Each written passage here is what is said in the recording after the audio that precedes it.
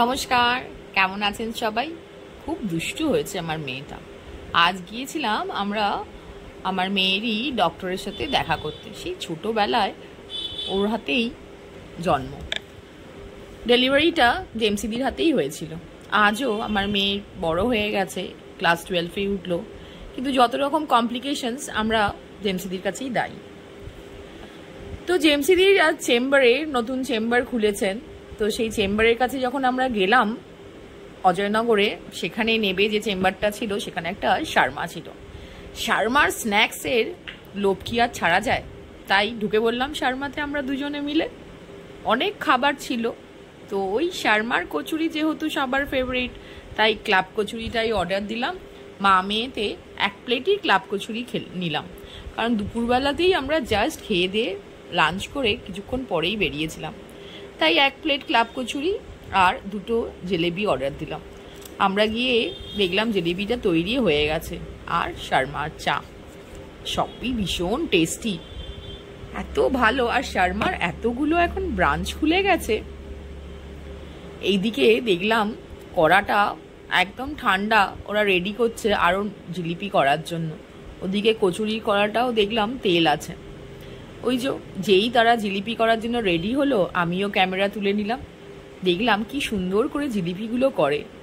জিজ্ঞাসা করছিলাম কিভাবে করেন, এই ব্যাটারটা কিভাবে হয়। তো যেভাবে বললো ওইভাবে তো আমরা বাড়িতে করতে পারি না, আর হাতও এত সুইফট নয় আমরা করতে পারবো, কিন্তু দেখতে বেশ ভাল লাগছিল। দেখুন কি সুন্দর করে করছে না, তাড়াতাড়ি করে, একদম ঝটপট ঝটপট। আর শেপগুলো ততটাই সুন্দর হয়েছে, কোনো শেপ কিন্তু এখানে খারাপ হয়নি। আর টেস্ট তো এত ক্রিস্পি, এত সুন্দর এটার টেস্ট যে বলার মতন নয়।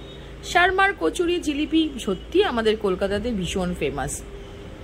যেখানেই যাই আমরা শার্মার কচুরি, জিলিপি আর দইয়ের শরবত, এই ওদের জিলিপি পুরো রেডি ভর্তি। এদিকে জেমসিদির চেম্বারের জন্য টাইম হয়ে গেছে, আমরা সেখানে পৌঁছে গেছিলাম। যদিও বা জেমসিদিকে বা জেমসিদির চেম্বারের ভেতরটা আমি দেখাতে পারবো না, কারণ জেমসিদির এটা স্ট্রিক্ট বারণ ছিল।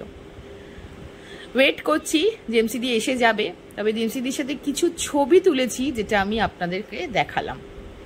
জেমসিদির সাথে কথা হয়ে গেল, কাজ হয়ে গেল। এবার প্রায় বাজে 5:30, তো আমরা এবার বাড়ি ফিরবো। সূর্য ডুবছে ডুবছে একদম। তো ওয়েট করছি একটু উবেরের জন্য, উবের এসে গেলেই আমরা উঠে বাড়ি যাব, কারণ সন্ধে হয়েছে, আমাকেও যেতে হবে আমার স্টোর খুলতে, আর মেয়েকে যেতে হবে টিউশনে। তো ওলাটা যেখানে আসবে সেখানটাই আমরা গিয়ে বাস স্ট্যান্ডে পৌঁছালাম।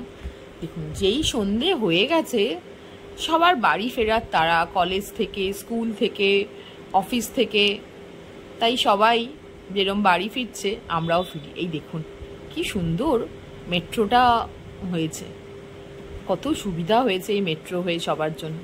চলুন আজ তাহলে এখানেই আসি, আবার দেখা হবে আবার কোনো নতুন ব্লগ নিয়ে। ততদিন আপনারা সবাই ভালো থাকবেন, সুস্থ থাকবেন।